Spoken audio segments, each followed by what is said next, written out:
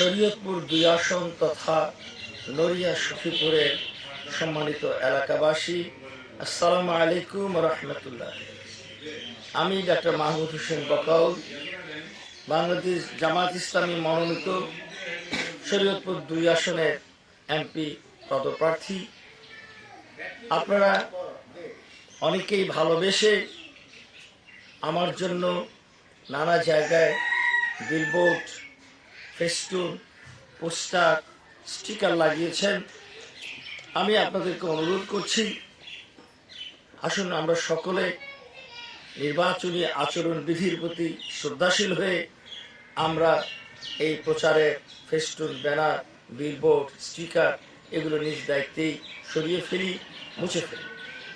ইনশাআল্লাহ যথাসময়ে আমরা আবার আমাদের নির্বাচনী প্রচার কার্য শুরু করব, তখন আপনাদের সহযোগিতা পাবো ইনশাআল্লাহ। এই আশা রেখে শেষ করছি। আল্লাহ হাফেজ।